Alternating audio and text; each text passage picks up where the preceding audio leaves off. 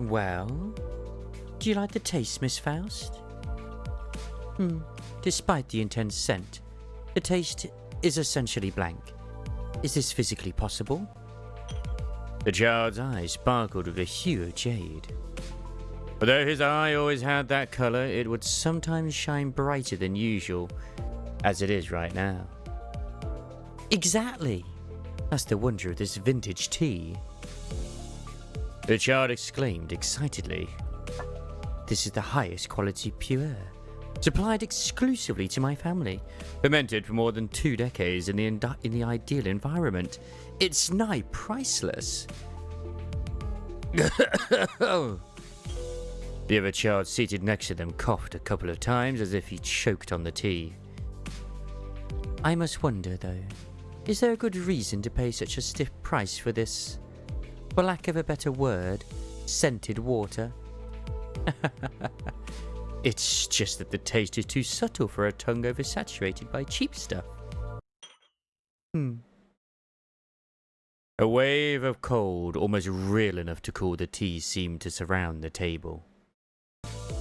Of course, the tea was as warm as ever. I do believe that we haven't gathered here simply to mull over tea. His reminder breathed some vitality back into the gathering. Right, of course. To hazard a guess, you wanted to speak about the last mission, yes? That's correct. More specifically, it's about your left eye. The child drank his tea as he maintained a beaming smile. A sort of hint of an enigmatic emotion seemed to blend into his face. I suppose my eyes tend to glow bright. It's no surprise that you'd be curious. While the human eye does function similarly to the lens of a camera, it does not come with the ability to emit varying amounts of light.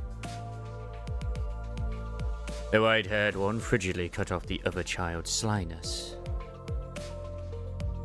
Even if it were a prosthetic eye, there are still grounds for suspicion. Why would such an affluent individual, one able to treat guests with such expensive tea, settle for such a noticeably mechanical product?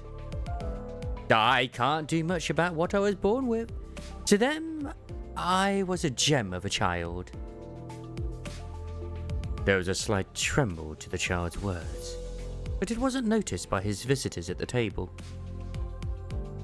And it was certainly an auspicious thing.